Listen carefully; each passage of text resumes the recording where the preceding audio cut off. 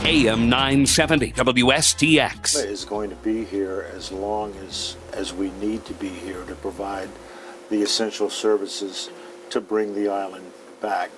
We do more than just individual assistance. We're very involved in hazard mitigation grant programs. We're also very involved in public assistance in helping the territory to bring their infrastructure back up and running properly. Supporting, WAPA with funds to bring the linemen in so that that kind of work can be done. So a lot of things that the agency does are behind the scenes because our job is to help support the Virgin Island territory. And that's meaning that we are going to be here for quite some time. Not all of us, but the essential staff will be here working with the territory. Okay, so Luze and Carla, you're here as part of private sector, or you're here traveling to come in? This is home. You guys this are is home. Yes, Right? They are home. This is home. But what I'm trying to the crisis counseling, is that something that is training oriented and then you're deployed, or is this some part of what you do as part of your everyday vocations? So I'll start. I'm Carla, and for me it's both in terms of this particular task around disaster recovery, but in my day-to-day profession, I'm a licensed clinical social worker, so I have been seeing individuals dealing with any needs that they have for quite some time that were not necessarily related to the disaster. Some individuals have resumed services since the disaster. Some individuals have begun services since the disaster because they find that they're having some stress reactions that have not reduced in the coming days and weeks. Some individuals have been through trauma before. Many people experience Hugo or Marilyn or other storms for individuals who've lived in the Virgin Islands but experienced hurricanes down island, prior to living in the Virgin Islands. So there's been a lot going on in terms of people finding ways to take care of their mental health. And what I hear from individuals is that sometimes making the appointment to talk to someone is the first step in taking care of themselves. So that's the first thing that they have said, you know what, I'm going to set aside this hour to take care of myself, to talk to somebody about how I'm feeling, which is not an easy task at times, but we're trained. It is a confidential experience, so what you say to the counselor is confidential. It should not be shared. I know we're in a small community and sometimes that's a concern, but we assure you that even when we're out in the community, what you tell the disaster counselor is maintained in confidence. And if we find that someone is having an extreme response, we would of course make other recommendations based on our professional need to make sure that individuals are safe. Okay, fantastic. Yeah, so pretty much, like Carla, I was trained. I have experience in doing community outreach, so that's how I qualified for being a crisis counselor. But we did go through training with a crisis counseling program for Fema. Okay. Well, I'm going to speak from a certain stereotype angle. Us guys, we're supposed to have all the answers. We're supposed to take care of our family. We're supposed to just know what needs to be done and all this other stuff. And the reality is we don't know everything. And sometimes our problem is not knowing how to communicate with ourselves to acknowledge that we don't know everything. And You've been talking to my wife. I love it. And there is no shame in acknowledging the fact that you don't know everything and you can learn something from talking with somebody else. Okay? Now, in a household environment, wife-wise, I don't know if I could make that claim, but seriously, it's one of the things, and I'm saying it so that people can hear it, because wives, girlfriends, whoever, you may be witnessing it, and maybe a suggestion might go a long ways, because sometimes it might be they don't want to talk to you, they want to talk to somebody else, and that way in their mind it's like, okay, it's confidential over here, whatever, but I can't tell you all of my deepest secrets, which you should be doing, but anyhow. But on the serious side, there are all types of things that can come out of that violent outburst, being unnecessarily crass, or being the opposite, non-communicative, and then everything implodes afterwards because nothing was ever said. So what you're doing is important. Let's just hope that in that context that on the guy's side of things, that they can find an avenue which they can open up and find their way to talk when they need to, and when they need to and don't even know that they need to, because that's the other part of it. Okay?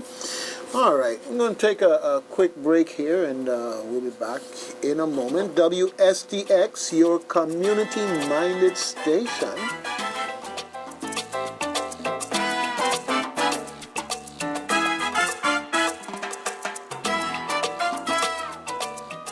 AM 970 WSTX.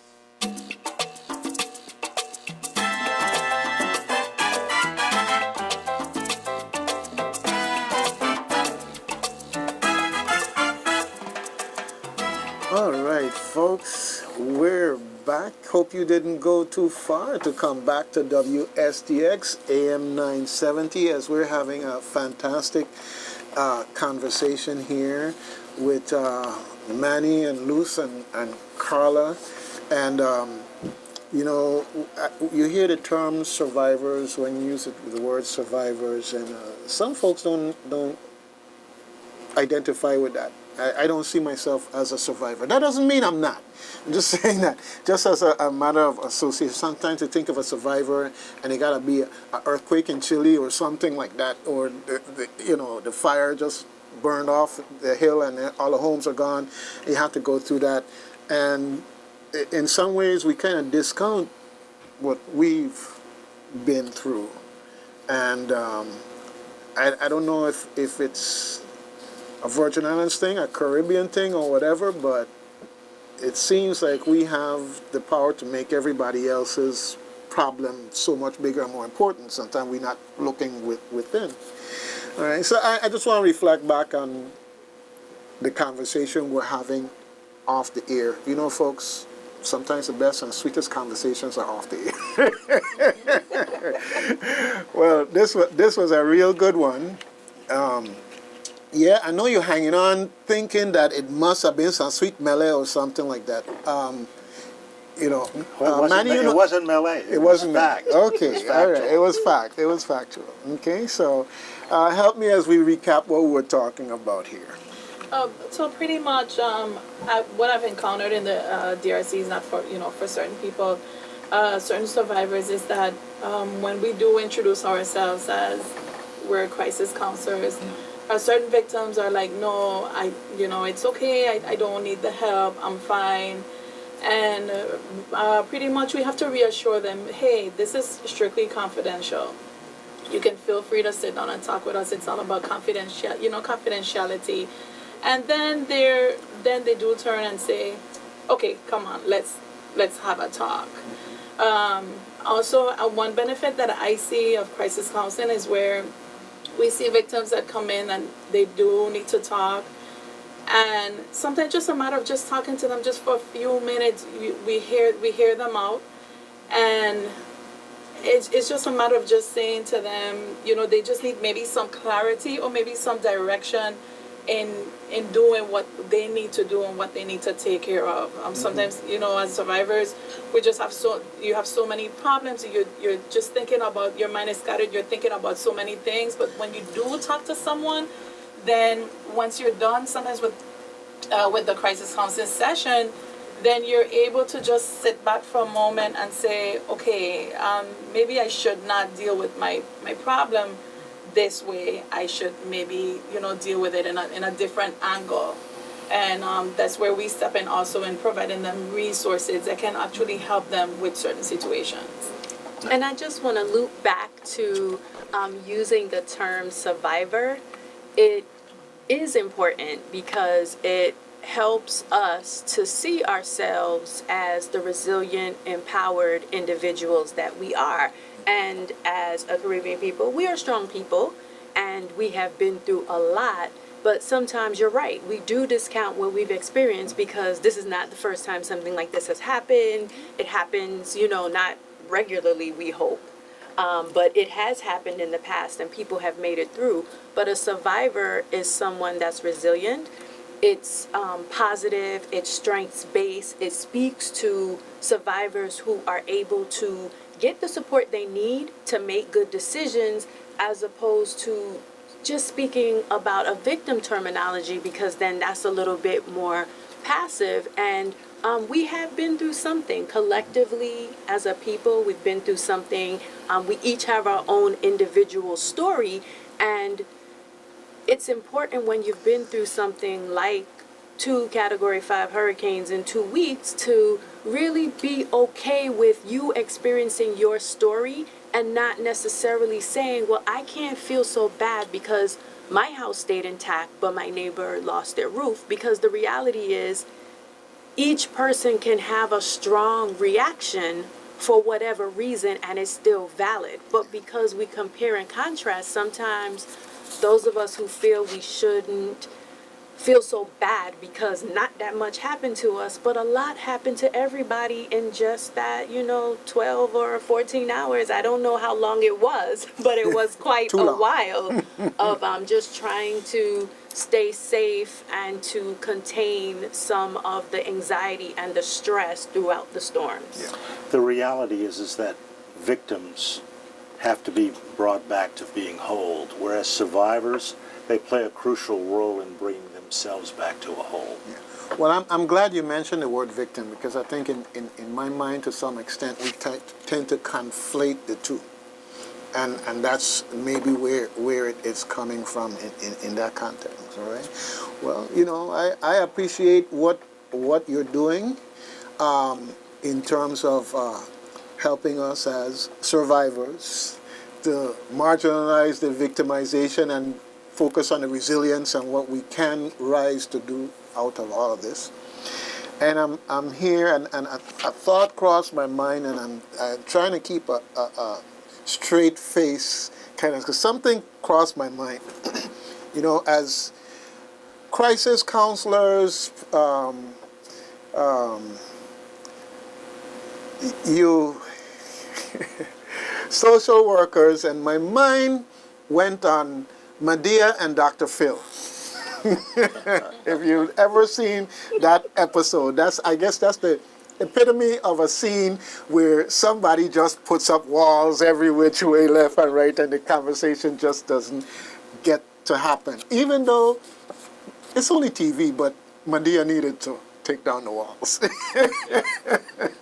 But the blessing for these ladies is that Medea is not an islander, so they're not going to have to do. Well, I tell you, when I saw that, I said she must have some strong Caribbean roots somewhere, someplace. Let me just mention to you very quickly, we've still got 6 disaster recovery centers that are open in the islands. And at those locations, you will find counselors. Cruz Bay in the U.S. Virgin Island Legislature in the St. John Annex. Christiansted at the old post office building at Church and Company Streets. And then also in Christiansted at St. Peter's Episcopal Church. But that is closing on January 20th. Okay. And in Frederickstead at the Rotary Club West, and in St. Thomas in Charlotte Amalie at the former Scotia Bank, and the Tutu Park Mall.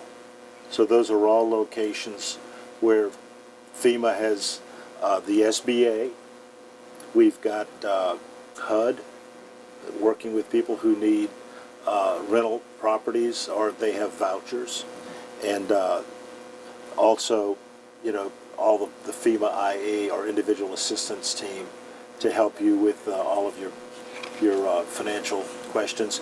And you know, if you've received a letter that says that you are ineligible, don't just stop right there. Take that letter with you to the DRC. Ask them, typically the second paragraph tells you what you need. Bring those documents in with you. If they say that they need a rental receipt or if they need a utility bill to prove residency, bring them those things. Make copies of it so that you're giving them copies. And the DRCs are a very, very important place for survivors to go to. There's an awful lot of service available there. And across the board, generally very responsive. Absolutely.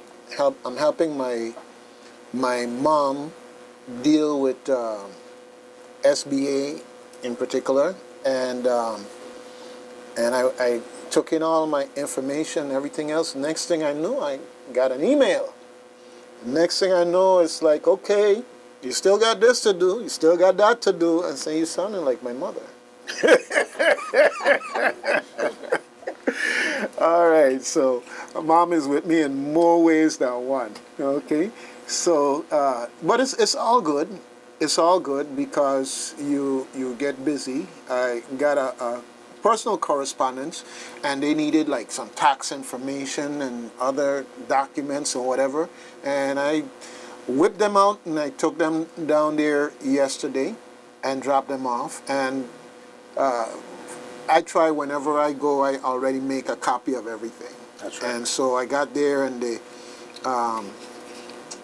Benny, being out there all aggressive and doing his thing in SBA, got up there and put it in the copier and started. I said, no, you don't have to do that. That's yours. Save the trees, save the trees, save the trees. Yes. So, ladies, continue doing what you're doing and resisting the walls, penetrating the walls, getting around the walls. Yeah. Because very often we have folks that need help, just can't see that they need it until they get to that epiphany. Yeah? So help them get there, not because you believe, but because they actually need. Yeah. Okay. Thank you for coming in. And like I said, don't be a stranger. Let's plan a little while from now to come back and follow up. You may experience some things out there that you may feel that is something you need to share with the general public. Wstx, your community-minded station, is here for you. Okay? Thank you so much. All And right. you know, you were talking about the SBA. Let me just mention, you know, Kelvin's here from the SBA. And he might be able to help you. Oh yeah, he's no. Well, I try not to name drop. You know, I try not to name drop. After a while, the public gonna be there and say, "Yeah, dog, that's why you got a loan, right? You went there and smile up and whatever, and and you got an even lower rate than the rest of us too, right?" I wish. Okay, thank you so much for coming Okay. in. It's my pleasure. All right. Yeah. So. Come on up, folks. Come on up. Chairs are open and got room for you here. All right, good. And yeah, it was a pleasure talking with those ladies about crisis counseling and the outreach that they do and being available to the community, because across the board, when I look at what's going on, whether it's the Army Corps of Engineers, SBA, FEMA, and then you look at things like disability integration and what we're doing here with the crisis counseling and outreach. Anyone can look in from the outside and see that this isn't a disjointed, effort. When EPA comes in here, they're not here because they're EPA. They're here as part of a team. At least that's what it looks like to me from the outside looking in, a coordinated effort to really make an impact here in the Virgin Islands, because this just happens to be the point of focus for us here. That's right. So I like what I see, and I say to folks out there, all of these various services. You have to avail yourself, take advantage of it. Don't procrastinate. All right, it might save you money. It might save the government money. It might save you stress. It might save you frustration. Take advantage of it. That's my message to everyone out there. And one of the key things that I've honed from my interaction with Kelvin is like, hey, you are unique. Find out what works for you and make a decision based on what can benefit you and your objectives in life, and in terms of this disaster and making your way through this disaster. Get the information. Don't worry what your neighbor said, partner down the road. Don't worry about what they say, because the bottom line is they're not paying your bills, your taxes, and they're definitely not supporting you. So find out what you need in the process, okay? And, you know, and when you say EPA and the collection process that you all have in place, right? For some folks, oh man, that all the way down there, you know, because, hey, I make the pilgrimage from Christiansted and go down there because it's part of the greater good for not just me, but my family and my community. I make that. So yes, we've got SBA in the House and EPA in the House, all part of the federal partnership to help us get through the aftermath of the hurricanes and move forward accordingly. All right, so who wants to go first? Okay, and if nobody volunteers, then I'll do like the army and volunteer you. Ladies first. I'll volunteer you. Ladies first. Thank you so much. Kathy Maglachetti from the Environmental Protection Agency, and we're here to talk about household hazardous waste, these things that folks have hanging around the house. We want you to get rid of it. Used oil, used auto fluids, broken TVs and computers. Let me assist you here. Take just a little bit of a quick break, and let me just put this on here. Okay, yeah, we got plenty extra. Don't worry about it. Okay, so hopefully that will help in terms of the microphone. Yes, I have to play engineer here sometimes too, folks, you know, wear a lot of different hats, but hey, it's all for a good cause, getting the information out. Okay, yeah, much better. Okay, good thing. Okay, so household hazardous waste. I'm sure folks are asking what hazardous waste is in their household. And what we're looking for is things like used oil that you might have hanging around, other auto fluids like antifreeze or brake fluid if you're handy around the house and changing those fluids by yourself. We want you to bring them to us so that we can take them off the island. Any broken TVs or computers that you have, any car batteries, marine batteries, fluorescent light bulbs, any paints, spray paints, paint thinners, all these types of materials that you have around your house. We want to take them off the island so they're not in your landfill, not polluting your environment. So these are the types of events that we're setting up in order to provide spaces for people to bring these items to us. As you mentioned, we're going to be in Frederickstead this Saturday at the festival area. We're not going to be on the island forever, so try and take advantage of us while we're here. We've lined up our last 3 events. So this Saturday we're in Frederickstead, then we're going to be back on the east side of the island at Cheeseburgers in America's Paradise on January 27th. And then our last collection event, that's going to be a special collection event, is going to be back at the Home Depot on February 3rd. And all those events are open 8 to 4 on Saturdays. And in addition, we're open every day at the Evelyn Williams School from 8 to 5. So the best thing is if you can bring these items to us, package them up, make sure you're being safe when you're doing so. Put them in a cardboard box so you don't get any leakage in your car. When you come to our events, you don't have to get out of your car. We take all the items out of your car, make it as easy as possible for you, and we want to get these things off the island and disposed of properly and safely. All right, well, you've got a witness here because I've made my 2 trips down there. As I said earlier today, I'm a repeat offender. We'll take it. You know, in that sense. Yeah, but you get down there, folks, and they come right up to the car and ask you what you got, or, you know, fast people like me telling them what you got and telling them where to get it and how it was put together so that they can just take it out the car and you just drive through service, and emphasis on the word service and add with a smile.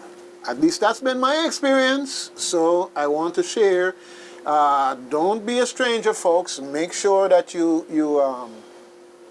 bring your stuff on down there and get it disposed of. Plus, keep in mind, you want potholes fixed, it takes money to fix potholes. You want things for the school, it takes money for those things. And you know what? The more EPA is helping our government with this, that's more money that's not leaking out into these types of things that we can focus, harness, and direct into these things that are more important right now. Okay. All right, fantastic. Let's talk a little bit about some of the things that you take there, okay? Because when I hear about electronics, I figure that I could just take, don't bring nothing with a cord. I figure I could just take my fridge and cut off the cord and bring it. What do you think? So EPA is here for household hazardous waste. If you have items that are like a broken refrigerator, broken washing machine, sometimes we call them white goods, that's something that your local agencies are going to deal with. The WMA has a process in place to take those items, to dispose of them properly. EPA's focus is really on the hazardous wastes. So anything having to do with white goods, refrigerators, washing machines, even vegetative debris, that's going to be through WMA, whereas the hazardous, the toxic stuff, the stuff that can really hurt you, that's going through EPA. Okay, all right. Well, I just know we have some creative persons out there who say, well, you know, you could trip on a fridge now. It's hazardous. All right. No, well, it might sound kind of silly how we're having this conversation, but you know, we have some creative folks out there, and sometimes some innocently creative folks in that context. They just, the human mind and the things that people come up with, and not being, not conniving or anything, just... All right, okay. Pretty much if there's a skull and crossbones on the bottle, that's something we'll take. Most definitely, most definitely. All right, good thing. Well, folks, I hope that nobody has explosives or radioactives in their yard. They don't take that either, but I hope you don't have any, okay? In that context. And asbestos, well, we hope we don't have any of that on the island, period. And I say that we went through a remediation process here at the Water and Power Authority because they had some of the equipment from back in the day used to have that stuff in it. Okay, good. All right. So I'm going to be ready for this final exam. I'm going to be more than ready for this final exam. Okay, in fact, I'm going to be ready to teach the class when you folks leave. What do you think? All right. Speaking of class, I've been in training here with SBA now for the past several weeks. Okay. And they haven't given me my certificate yet, but I'm still hoping. I'm still hoping. Yes, we've got Kelvin Nelson in the house with SBA, and I have to say that he's been doing a bang-up job getting the word out. He's become known as the I've been everywhere man because I know him, man. I seen him around. He's at my church. He's at, my picnic. He's at the beach. He's everywhere I am. Good day, sir. How you doing? I'm doing good. Good morning, Doug. Good morning to WSTS listeners. Again, it's always great to be on this community-minded station. We really appreciate just the opportunity to be able to just say what's taking place and what SBA is actually doing in the territory. So I always like to start with a couple things. First of all, number one, know what you know. And number two, know what you don't know. So again, we want to be able to bring some updates to you in terms of what we've approved thus far in terms of the loan amounts for the territory. As of today, our loan amounts are $343,023,600 in loans that we approved for the territory thus far. So things are definitely, we're getting the money out there so that people can get their recovery up and going. So as of to date, that's what we have. So we're continuing to push, even for those late applicants. You know, the physical damage deadline was January the 8th. However, we're still open right now in our disaster recovery center. So for late applicants, I mean, if you have a good reason for why you weren't able to get your physical damage application in, we're still, you know, you still have an opportunity to be able to get it in. The deadline has passed, but we're still encouraging those because we do realize that some people are just getting back on island that have been away. I mean, now that a large majority of the power has been restored, some people just had other things that there may have been challenges, and so we're still here to assist those. The deadline has passed, but you know, it's always worth a shot to be able to go ahead and get those applications in. So for late applicants, still look to push through on that end there. But yeah, so thus far, that's where we are right now. Also, keeping in mind, as Manny mentioned, there will be a disaster recovery center that will be closing as of Saturday. That's going to be the St. Peter's Episcopal Church. So again, if you are looking to go to SBA and you've been looking at going at that location, Saturday will be the last day in which to do so for that. But okay, well, I'm going to help you out here. Whenever you call that church name, you just add, you know, the one right there by the Scion Farm stoplight. That's another one of these Christianstead, Frederickstead things. I remember when folks were saying, oh, Christianstead getting all the love. Well, it's just in the name, it's Christianstead, but it's, you know, Christianstead, go to Mid-Island, go to Frederickstead, you know, it's just one of those things. Also, you just, you know, these conversations, and to me, this goes to the importance of the continuing broadcasting of this information, because some people walking around thinking, well, I don't need it, you know, until a light bulb goes off and say, oh, because my sister and I were talking about a good family friend from here who's away, and they will have probably missed the deadline. And it just finally clicked. Tell them go in anyhow, because the circumstances are such that they would fit into that realm of a situation that, hey, we'll open our door for you. Okay, so it's always good having these conversations, and things just pop out, and so yeah, a long time family and church friend, and let me not say church too often because they're gonna say, yeah, you're talking about church, but Kelvin comes and you weren't there. Yeah, I got some atoning to do, but anyhow. It's always good to have these conversations and just reflecting and seeing how these things just come out. Yes. Because one of the things we recognize too, there have been survivors that actually have insurance and they've been working with the insurance companies. However, what we suggest is that even while you're going through that process with the insurance company, is to go ahead and make application with SBA. Just talking with a young lady here, and they're having a scenario where they're insured, but they're underinsured. And so they're just finding out that they're underinsured. So their losses are much greater than what their insurance will actually cover. So even when you're underinsured, that gap between what is actually covered and what's not, SBA can actually assist you there. So again, we tell everyone, make sure that you make application, because again, sometimes people are finding out, I thought I had enough to be able to take care of what I needed, and find out that they don't. So we want to be able to make sure that just because you say, well, I have insurance, well, do you really know exactly how much you have, and is it going to actually take care of all of your damages? I was having a conversation just yesterday, okay, with someone who will forever remain innocent and undisclosed and otherwise unidentified.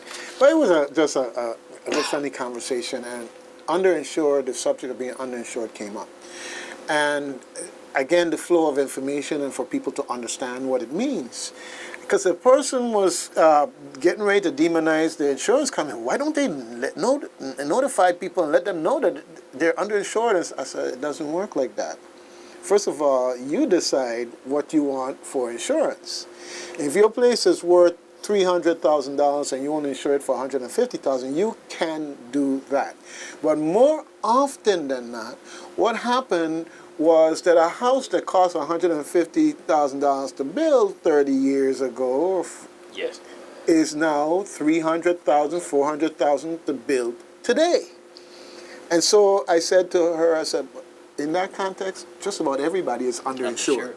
Because from the time you build that place, property values generally here increase, so you're underinsured. And again, the flow of information so people can understand. Nobody is trying to put you there. You got to understand, just like aging, you're going to get there. And you just got to do what you got to do up to a certain point. But when they tell you that $150,000 is $2,500 a year, and then somebody says, okay, but the place is really worth $300,000, but that's $7,000 a year, then people start making qualitative decisions. Sure. And so in the end, it comes back to us and us making a decision. Okay? Absolutely. Good. Yeah. In addition to that, as Manny even mentioned as well too, with having mitigation at Home Depot, even as you begin to take a look, one of the things that a lot of survivors are looking at as well too is, hey, you know what? There are a few enhancements that I would like to make to my property based upon the damages that were that they actually incurred. Okay. Victor, increase the volume of the radio station. The volume is... I'm trying to hear it. Okay. Okay, well, I'll work on that. Okay. If you can rearrange the mic so that this... Okay. Let me help out here. I want to make sure everybody hears. Okay? And I think that what will help is this is kind of like pointing down toward you here. So I'm going to just turn it a little bit so it's more like this. And I'm going to just bring this one closer. We're working on it. I'm going to get there. Yes, recovery and restoration, even in the studio. I tell you. So, what you had worked before, but, you know, the forces of nature have shown us that, hey, it's not quite good enough.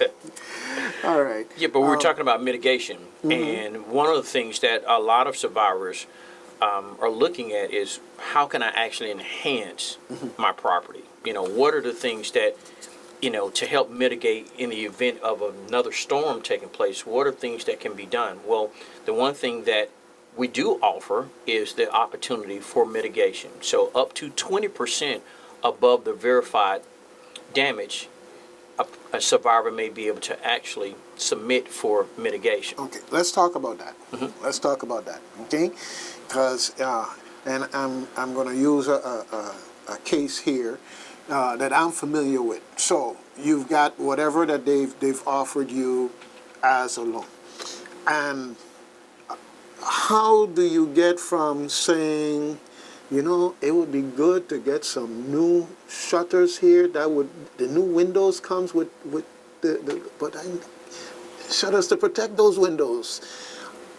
What do you do when that epiphany goes off in your brain and says that I need to do this to make sure that we're not doing this thing that we're doing now, putting in new windows, again, next year, God forbid? Right. Well, the great thing about it is that each survivor is actually assigned to a loan officer. So again, at the time of making an application, if there are some things that you're looking at and saying, well, you know what, I really want to be able to look at actually making my property better in terms of adding storm shutters, or maybe even relocating utilities, or even a home-based generator to assist in the event of power going out. These are some of the things that can be looked at, and they're looked at on a case-by-case basis. And again, being able to actually speak with a loan officer in regards to what would be available, and based upon the damages that you have incurred, up to 20% can be made available above that amount. Okay, so who is your loan officer? And I say that I come to SBA, I sit down and I talk with someone to get my paperwork done. Sure. Okay, but I also get emails, and at some point in time I get phone calls. So what's the process? What will I hear from SBA? An official pronouncement? This person is your loan officer? Yeah. So again, when you come into our disaster recovery center, these are our customer service representatives. So they're actually responsible for the intake of your application. So once your application actually is submitted, then at that point you will be notified, and it will actually state who your loan officer actually is, and then that person will be able to assist you throughout your process. So again, from that point, it will be identified who that person is. All right, yeah, because that's something that's important, because people need to initiate the conversation with their loan officer to say, hey, I think that it would be advantageous to look at this and so forth and so on. What would they actually do? Send out someone to walk the property with you and explain, and they make an assessment, and based on that they make a recommendation? Well, and again, in a lot of cases, not in all, we do have our loss verifiers that are here on the island. So again, they do come out to the property to assess what the actual damages are. So first, it's coming up with what are your actual damages, so that we know what that number is, and then from there, being able to determine above that amount, up to 20%, right, in terms of But in the question I'm asking, the damages have already been identified. Sure.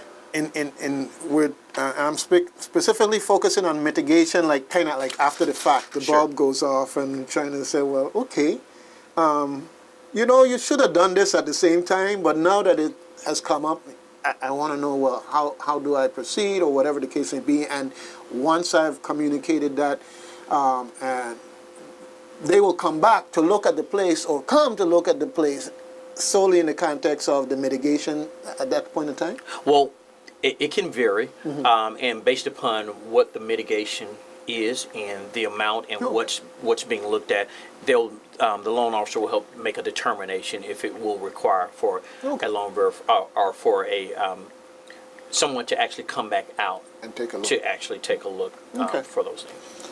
All right, folks. Well, you heard it here on Wstx, folks. Find out for yourself. Ask for yourself. And no, it's not being selfish.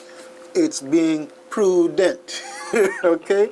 Do what you need to do to get the information you need, because you're always in that two-position state, knowing what you know and knowing what you don't know. Don't be ignorant about what you don't know.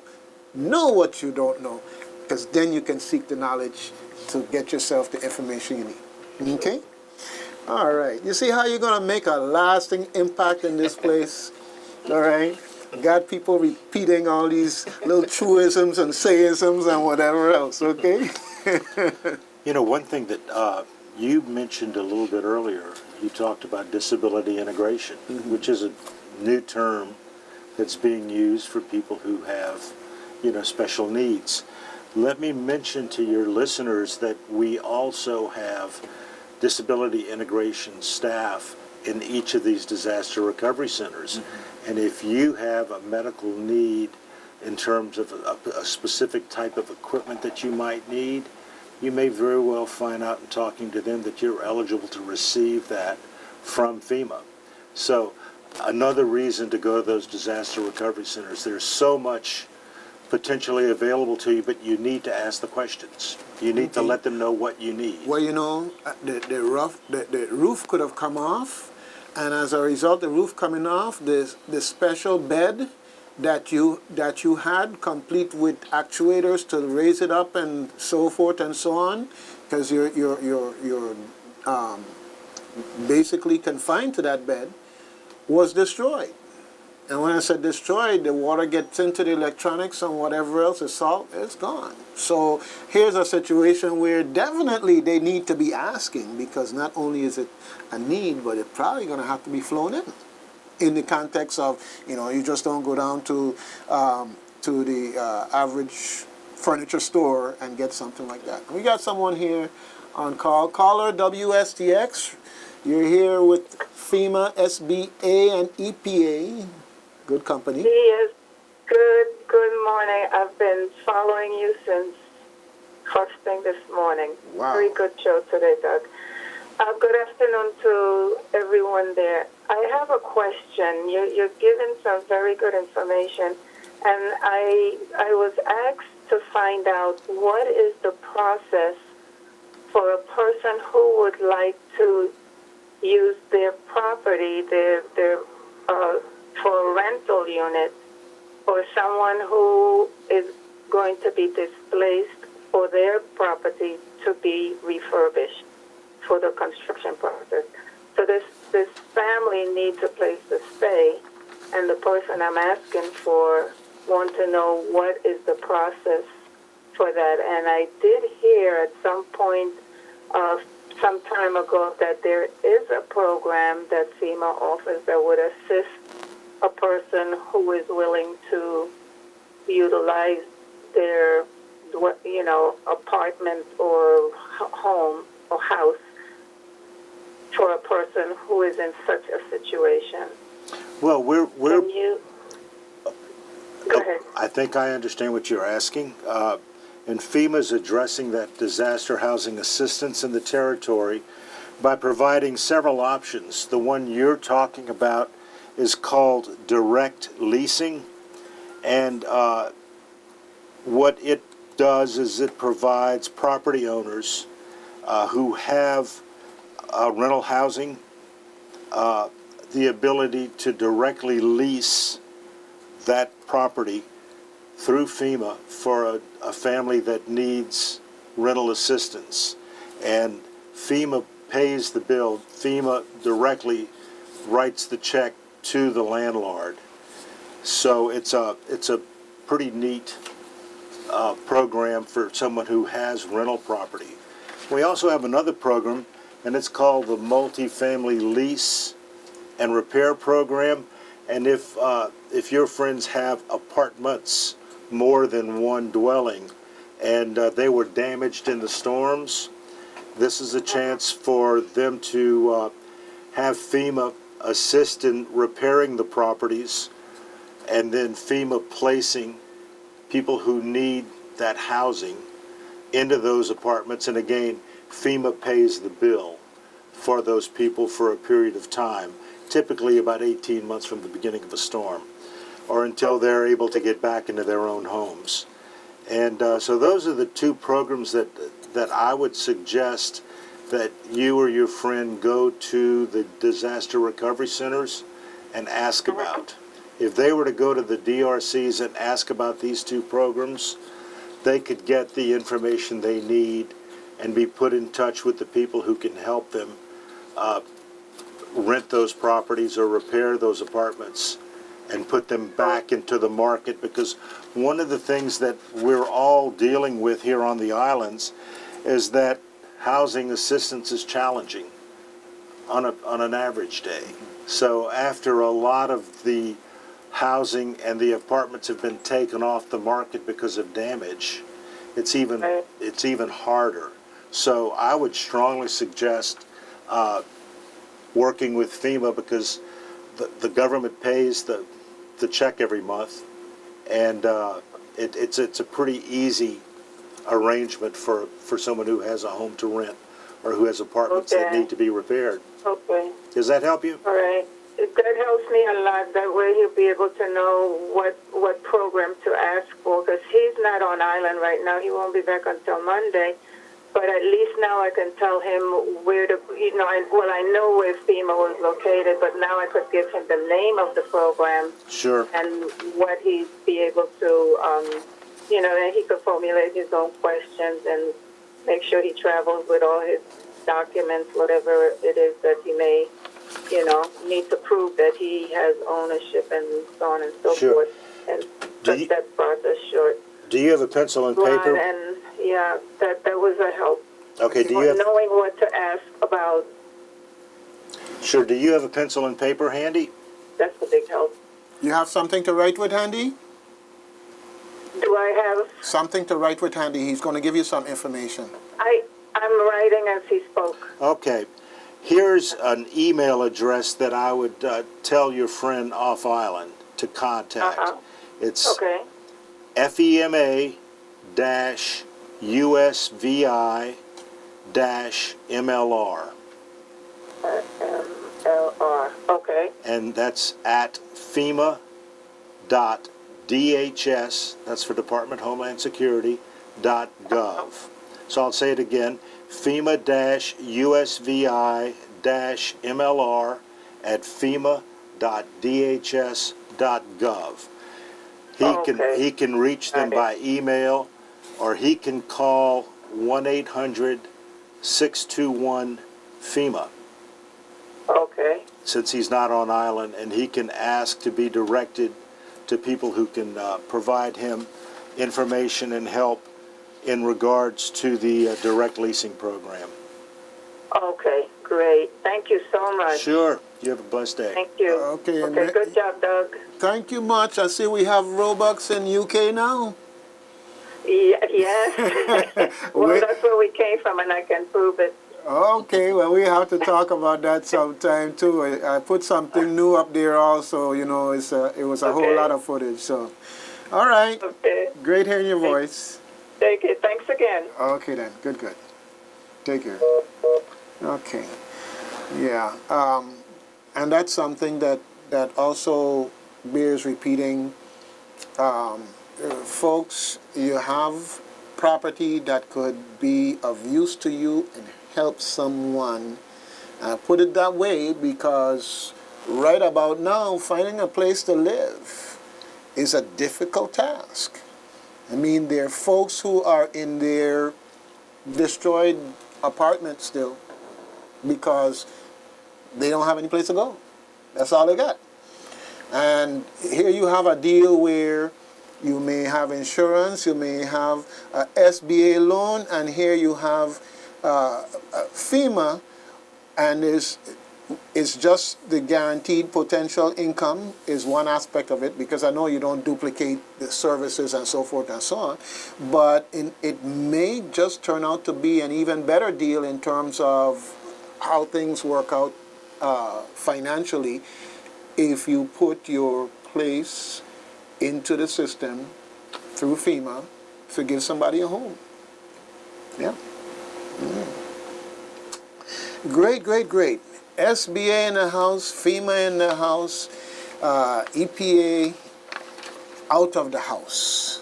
Folks, household hazardous waste, get it out of the house, off your land, off your property. EPA is here to help you do it and help our government in the process, okay? So I see you sitting down there and as we're talking about these various things here, because I'm looking, and folks, let me just bring it down to this. I got so much to do that I basically send, it's like musical chairs, except you're alone playing, and you just sit down in this chair for a while, and you move to the next chair, you move from task to task to task, because what is my yard, my sister's yard, my mother's yard, the property next door, because I just have an interest in how my neighborhood looks and don't want problems from, you just got so much to do, okay? So we've got EPA in the house also too, folks, so make sure you avail yourselves of the opportunity to get rid of the household hazardous waste, okay? Good. All right, so Kelvin, you done with us for today? We're all educated and ready to go and take our notes home and study for the exam? Well, there's always additional work to do. Again, we've been transitioning now since our physical damage deadline. We still have the economic injury disaster loan. These are our working capital loans, and we stress to businesses. A lot of businesses now, those that may have been closed because they either didn't have any power. There are businesses that are starting to open back up, but they're finding out that there are still challenges that they have. And while they may have their physical structures in place, we're still talking about needing working capital just to keep the business up and going. Yes, good day. You're on the air, WSTX. A pleasant good morning to everyone. Good morning. Good morning. to you. Morning. Morning. I'm in the process of almost finalizing my SBA loan. As I'm listening to you all on the radio, I have one question. Okay. If I wanted to add something to my home that I didn't have before, for example, a porch covering, is that something that I could use the SBA loan to do? It wasn't there before, but I determined that it would probably strengthen my home if I added an outside porch. Would that be something that I would be able to use the money for? Well, one of the things that's looked at in what you'd be able to actually do is getting with your loan officer to actually be able to determine what would be utilized. When we talk about mitigation, mitigation is generally utilized as an opportunity to help in the event of another storm taking place. This would help to either help prevent further loss or to help strengthen the structure in what you have. So in terms of the specifics, and when we talk about adding a porch, that would be something that I couldn't answer directly. It would have to be something that when you discuss with your loan officer, they would actually possibly have someone to actually come out to actually see if adding that would be considered mitigation or not.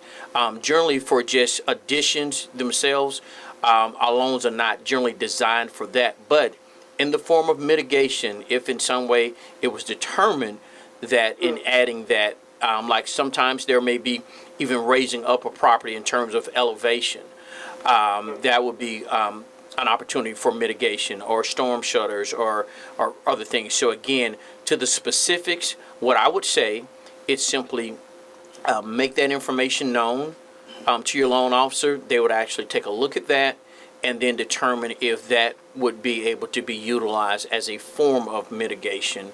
So although it was not there before, if it can be seen as something that would help in assisting the property in a way that mitigates further damage in the future, then that would be potentially something that could be looked at. But specifically being able to answer as to whether or not that would be something that you would need to discuss with your loan officer to make that determination. Okay, so I understand what you just said.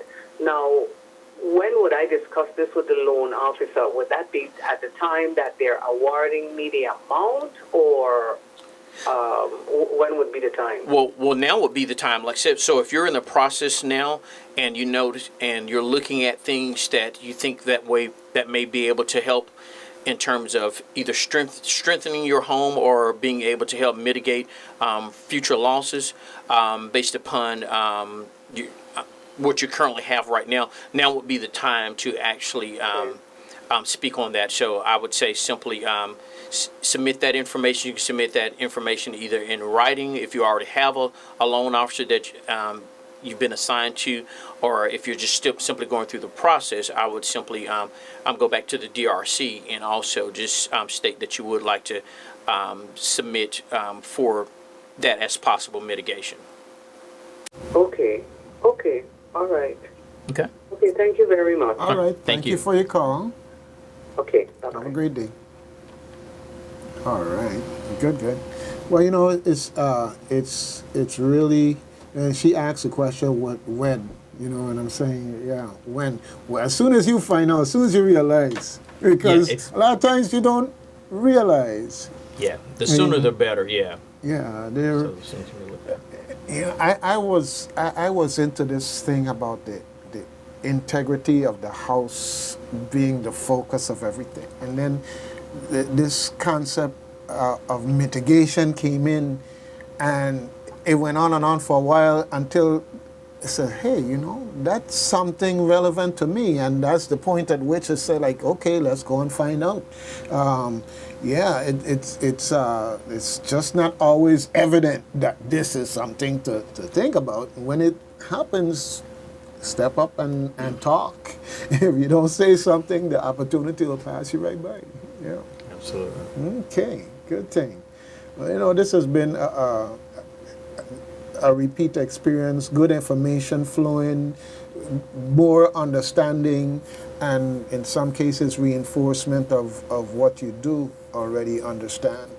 In this discussion with FEMA, SBA, EPA, the Blue Roof folks, that's the Corps of Engineers that took care of that, right? By chance, any of you know what the projected life of these blue roofs are? I mean, we should reasonably expect them to last They're how long? temporary. The word is temporary. They are temporary. You've got a very hot sun that deteriorates that type of material over a period of time, winds and rains and things like that. So it's not the new roof on your home. It's a temporary roof, and it gives you time to find roofing people who can come in, or to get your brother-in-law and your son to help you to put a new roof on the house or do the repairs. There are two things going on right now. It's like a dearth of silence from the insurance companies so far. I'm not hearing people talking. Well, I heard from my insurance company, and this is what I'm not hearing that conversation, and I haven't received that conversation. So I'm like wondering, like, okay, what's going on here? So I got to make the inquiry and figure out what's going on, which makes the SBA side of things even more important, because if the SBA money comes in before the insurance money and obligates the insurance money when it does come in, that's fine with me. The thing is, I need my place fixed, number one, and you got to have the money to do it.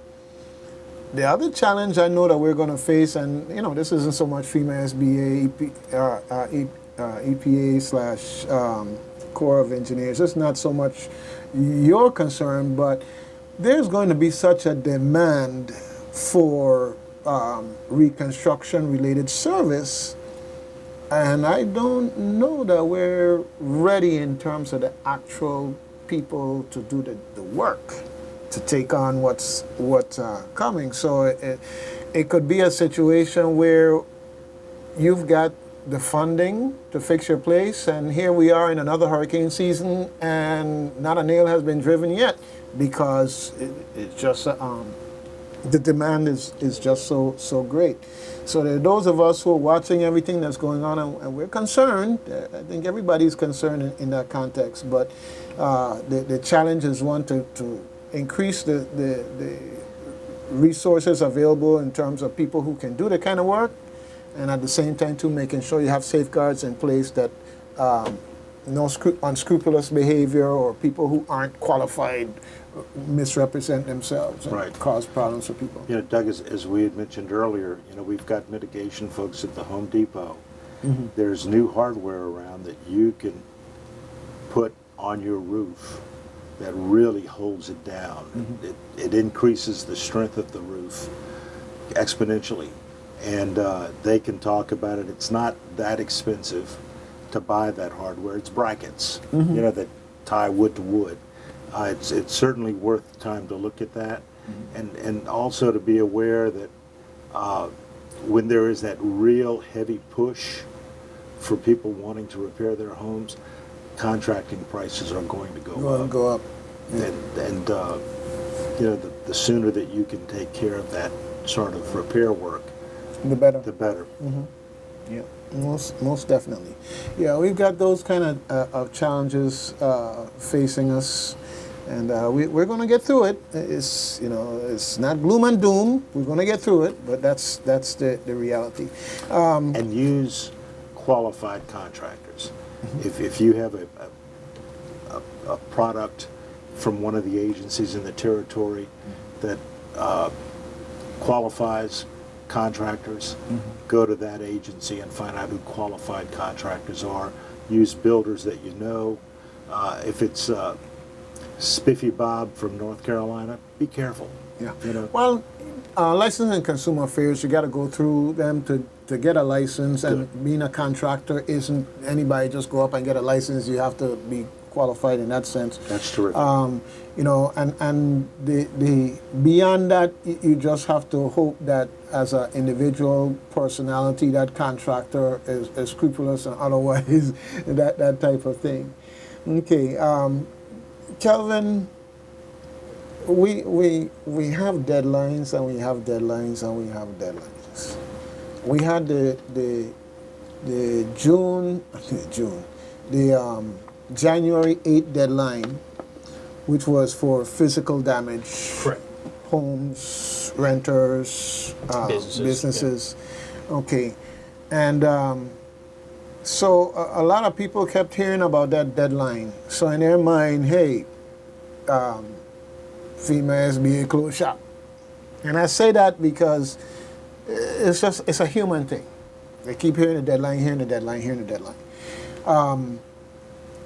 But part of what you were talking about with this other deadline to make a distinction has to do with business loss. Okay, I'd like you to talk a little bit about that in scenario-wise as to the type of things that would put you as a business person square in the crosshairs of I need to do this. Sure. Well, one of the things that as public information officers that we do and have done is because we realized in coming that we had a lot of communication challenges. I mean, it was hard getting through, phone lines down, those types of things. So we really instituted boots on the ground. So basically going door to door and actually going in to actually speak to businesses individually, knocking on doors. And so in having an opportunity to do that, we've had a chance to actually meet with and talk with a lot of business owners.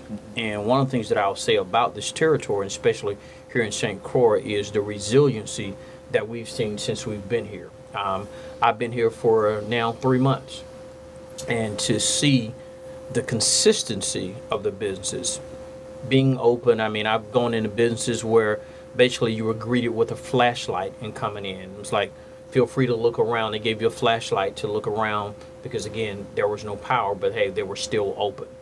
Well, the impact on a business, even for those that may or may not have had physical damage, we're talking about if your business has relied heavily on tourism, or you've just seen a slowdown in business due to, one, not being open, and then two, people really being focused on other needs and other things, then for that business owner, the actual economic injury could be just as worse than the physical damage to the actual business.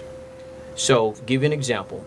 There's a business that I visited in Christiansted, very well established business, been here for quite some time, and the business owner was there, and it was about 4 o'clock in the afternoon. She was getting ready to close shop at about 5:30, and she said for that day, her business had generated less than $5 in revenue.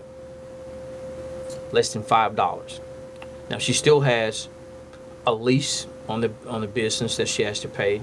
She still has payroll. She still has inventory. She still has all of the other fixed expenditures that the business continuously to incur. But with only generating $5 or less than $5 in revenue, she's been having to utilize resources that were not geared for that. So she's tapping into savings and other things just to try to keep the business afloat. That's what's considered to be economic injury. How long can her business sustain itself if she's having to draw down from those other financial resources that she has that were allocated for other things, but now she's having to put that into the business. So what we want to be able to make sure of with SBA is to provide working capital, and that's basically just funds to keep the business in business until things can return back to prior to the storms. So that's one of the things that we have available. And again, there are not many businesses that have not been impacted in some way, especially economically. They've been having to run generators, They've been able to pay for the gas, pay for the maintenance, all those types of things. They still have inventory. A lot of inventory has to be done based on the season. So you had an inventory that, you're having to have come in. You don't know how long or if you're going to even be able to sell through, but these are orders that you already had on tap that were due to come in. So again, you still have to take care and pay your vendors. You still have employees that you may have to pay.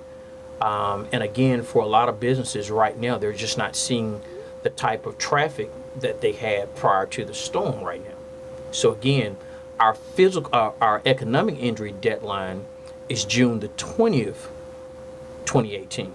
And that's simply because for some businesses, they may not be receiving as much impact right now because you still have a lot of first responders that are here. And of course, we're eating and we're, staying in places and things. But what happens when things start to draw down as well, too? So again, we want to be able to make sure that businesses that are impacted now to go ahead and make loan, to make application for an SBA loan for working capital. You don't have to wait until that deadline. If you're receiving economic injury right now, we want to be able to stress that, especially for businesses. We know they're busy, but to have that working capital to be able to keep things in place, we want to be able to assist as many businesses as possible with that. All right. Okay. Fantastic. Because time is flying as we move forward, and we see the recovery process going along, things looking a whole lot better. I mean, it's still got its moments when you see stuff and it's like, wow, but it's a whole lot better. And we've got to spread the word, let people know that, hey, the Virgin Islands got knocked down for a bit, but they're back on their feet. Maybe not standing as tall as we want to be at the moment, but we're just in the process of straightening up. Pretty soon you'll see us standing tall in the process. All right, good thing. In terms of the staff that you have here, and do you get feedback in terms of, I know you get the numbers, how much money is, but in terms of the interaction with the folks that are coming in there, are there any particular concerns from those locations in particular in terms of things that they're seeing that you want to share? Well, for the most part, I mean, again, it's documentation that's required. Oftentimes, businesses as well as individuals, it's the documentation. One of the things that we do is we will make sure that even if you've received an ineligible letter, we will state why you are ineligible. And oftentimes it's simply just you're missing a document. I actually visited with a business owner a couple of days ago down in Frederickstead, and he said, well, SBA turned me down for a loan. And I said, well, do you know why you were turned down? He said, I don't know why, I just know they turned me down. So he had the letter. So he had not opened the letter. Oh, yeah. So he read the first paragraph.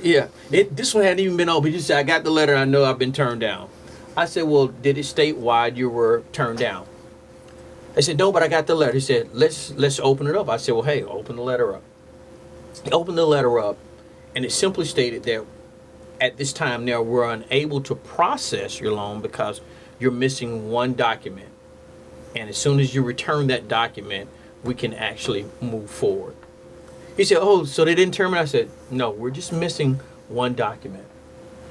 Yeah, so again, you have to know what you don't know. So again, he just assumed that it had been turned down, and it was simply, we need one document so that we can continue on in processing your loan. So again, we want everyone to understand, even if you have received an ineligible letter, why? And is there information supporting documentation that you can simply submit so that we can continue to move things forward? The power of rejection. And it's the same with FEMA, Doug. We have that same process in place where we send a letter of ineligibility. That second paragraph always explains what the reason is for that ineligibility.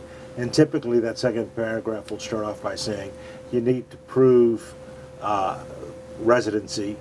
Please bring us a utility bill, a lease agreement, And Hey, it's part of folks. that process of making It's- sure that you've dotted all the I's and crossed all the T's to get that grant or to get that loan. I hear you, I hear you, I hear you. Well, you just got to understand. It's so easy when you get that rejection. Say, I don't want to see no more. Yeah. That's it. I don't want to see no more. You got a rejection. And he had 2 letters, and both letters were saying the same thing. So again, even after he hadn't responded the first time, a second letter was sent simply stating, we can't do anything until we get this additional document. Well, I'm gonna tell you, here in the Virgin Islands, I know especially in my family, it was spare the rod and spoil the child. So now I've got my my mother, and I'm helping her with her stuff. And one of the things that we had to document, for instance, like you have the rental units. You've got to document the performance of the rental units, which I haven't done yet. But and I'm sure I'm gonna get another notification in that context. But it's just because there's so much going on, and I'm doing this round robin thing, getting from one thing to the next before I can get back to that, you know. And it's just one of those things. I know I got to do it because she will come down here from Massachusetts and say, well, you know, I still have the rod, and you're not going to be a spoiled child. Oh yeah, so it's lots of stress and things to deal with out there, and people, when they see something, in this case, the guy is already convinced he's rejected, so it's like he's not gonna. Why run the race? You know, if I run, I could lose. Well, you could win too, or you could place. You know, whichever. But that's part of the challenge, and that's why I enjoy having these conversations, because throughout the humor, the jokes, and Doug and his idiosyncrasies and his negative bridges to cross and whatever, somewhere the information slips out. Sure. Somebody says, hey, you know, I should go and find out. Or in this case, I should open the letter, okay? And in my case, I get my letters, I get my mom's letters, and it's like, okay, and we'll see what they got to say, and it's like, okay, I got to deal with those things. But that's what you got to do. You got to you got to do the work. You got to do the work, and it's not even hard work. It's just you document it the best way that you can, and let them make a decision. But right. don't forgo it. Yeah. All right. And then also too, Doug, in regards to our loan, and what's really critical too is that when we talk about needing the working capital, there are a couple things to keep in mind for business owners. Is that number one, the first $25,000 does not require collateral. So it's basically a signature loan.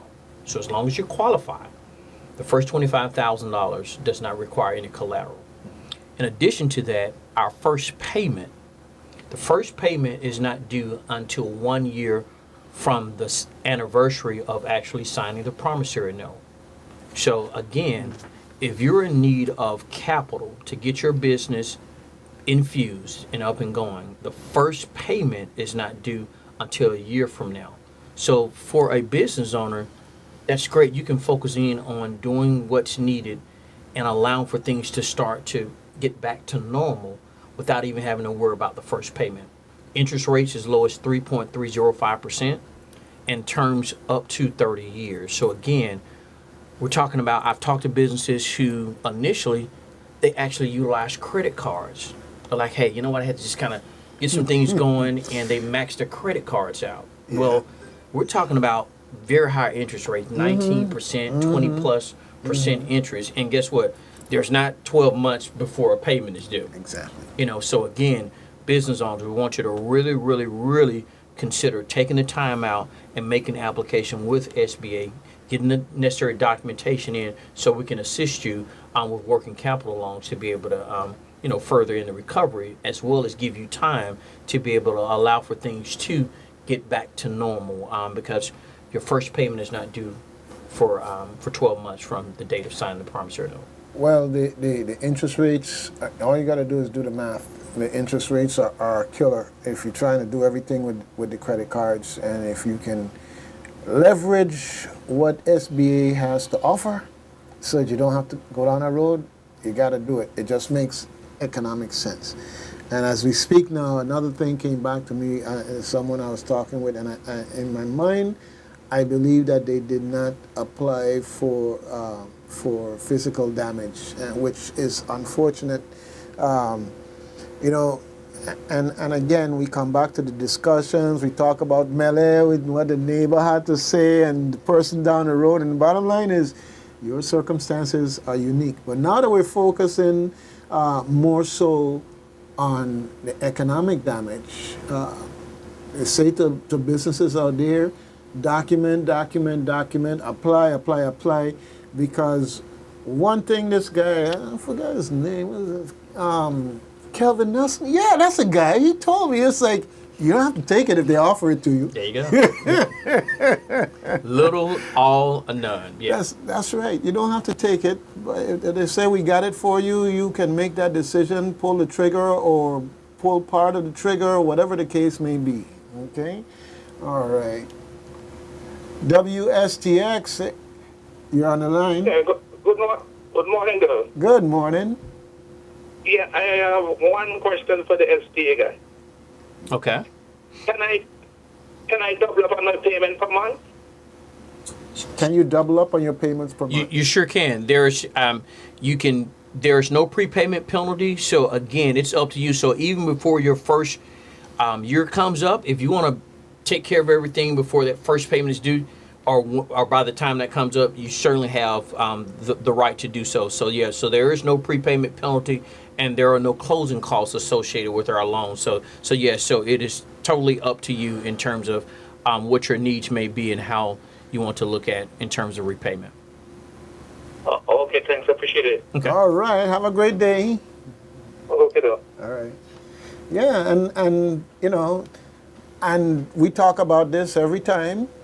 You know, we talk about you get the 11 months, well, it's a year anniversary right. to before you have to start paying.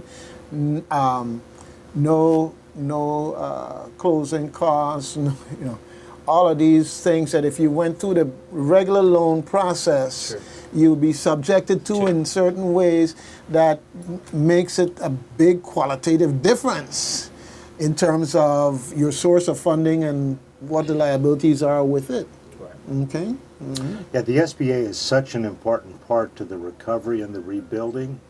You know, if you look at the monies that they've expended for homeowners and businesses, it's close to what, $400 million? Yeah.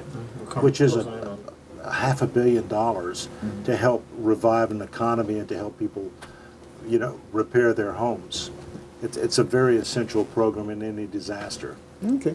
Well, it's a combination, like I said earlier, of teamwork and individual responsibility on the part of those who can benefit from that teamwork. It's a combination. It works together. They can't give it to you, force it on you, or subject you to it. It has to be something where you figure out that you have a need and get the information to figure out what it is you need and how you can go about doing what you need to do.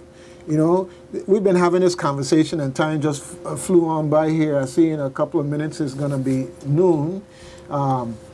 And, you know, folks have to run out the door and do things and so forth and so on. I want to say thank you for coming in today. And It's our pleasure. Extra thank you for bringing Carla and Luze in to talk about folks like Doug who are a survivor that didn't know how to view themselves as a survivor and how to, you know, kind of process through that in a positive way. All right, and all the other folks who benefited from that conversation, thank you for bringing them in. All right, Kelvin, thank you for the continuing education and SBA strategies and knowing what you know and knowing what you don't know. Okay, and I want to thank you special for EPA and running with it this morning because the household hazardous waste challenge that we face is important. It may not be as much of a undertaking as building a whole new home, but it's integral to the quality of life in that home and in this community. So when I talk about EPA folks and household hazardous waste, okay, some people trivialize, oh, just putting out the trash. No, it's more than putting out the trash. It's about preserving paradise. And if you don't think you can lose it, there are examples on this globe that we can show you. It's possible to lose it. Appreciate it and take care of it. Take care of your family and their future in the process, okay? All right, so I want to thank you, gentlemen, lady, gentlemen. It's been a great pleasure having you here today. All right, any Terrific. closing words? Just one quick reminder. As part of the application process with FEMA, you will be required to apply with the SBA for a loan. And if you are ineligible for that loan, then it automatically brings you back to FEMA and our other needs assistance. So you have to go through the process, and no loans are given to people who are going to have it. No one wants to put anyone in a difficult payment situation. Okay. But you have to go through that process. The way I look at it is FEMA is genuine. They're not trying to figure out a way how to not do something for you, because that's unfortunately what I hear it turned into. Okay? And that's not what it's about.